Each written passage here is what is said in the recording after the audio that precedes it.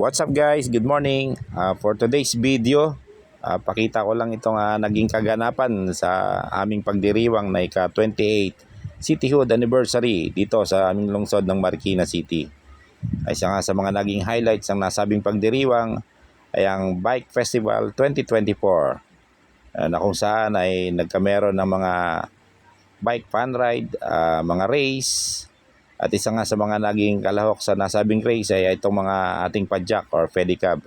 Di naman lingid sa halaman nating lahat na kahit saan sulok ng Pilipinas ay merong padjak or pedicab.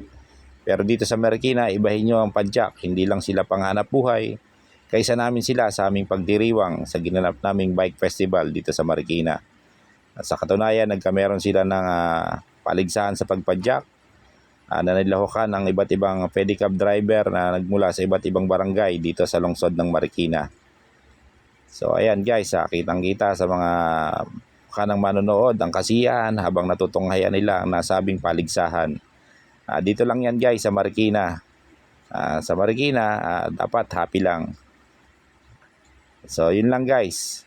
Maraming salamat.